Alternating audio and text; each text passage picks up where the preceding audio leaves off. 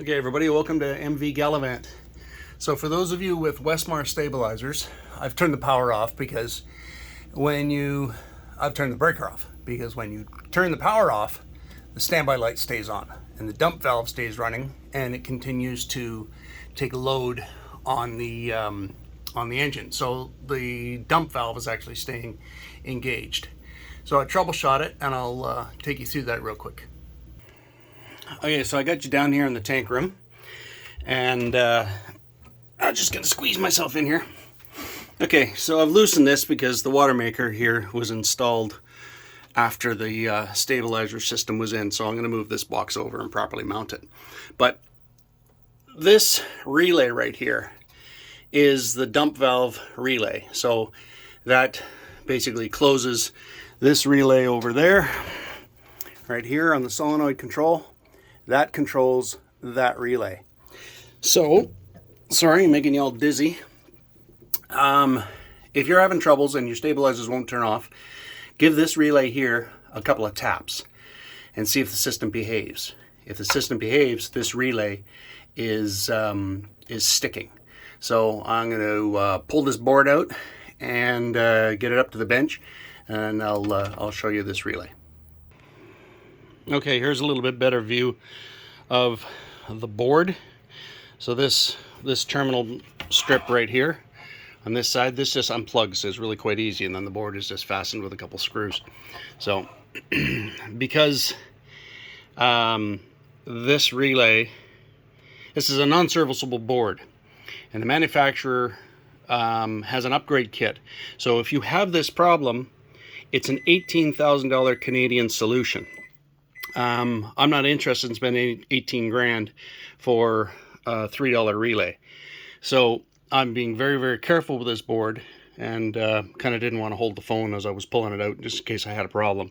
So now I'm going to desolder this relay and switch things up.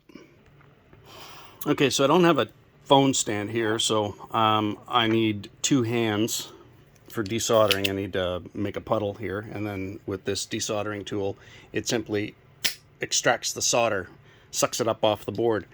Now, this board's not that bad. There's not that many traces here, so it's pretty easy to identify which the relay is. Here's the 3 posts, 1, 2, 3, and then 2 more here that matches up with this guy here. But if you're trying to find a component, hold the board up to the light. Now you can see that relay in the background, so you know for sure. So when you're trying to take off something, and instead of going here and flipping it over and then try to remember, you can hold it up to the light, and you should be able to see it come through. So I'm going to sweat this off, and I'll get right back to you. Okay, I've desoldered the relay.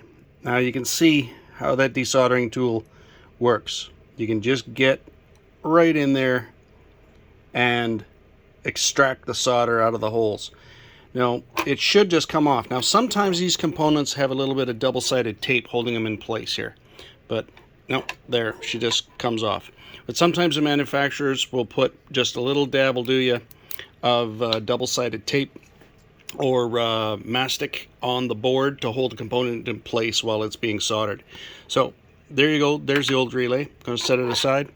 There's the other side. It's even labeled.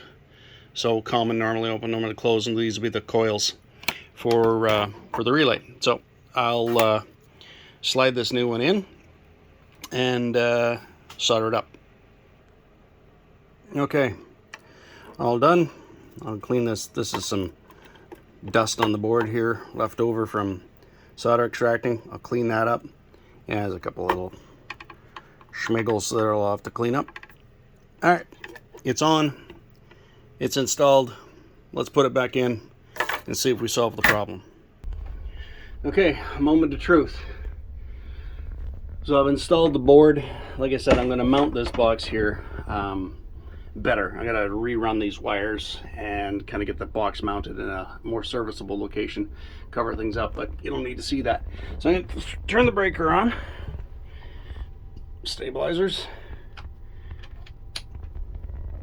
And okay, either I broke it or I fixed it.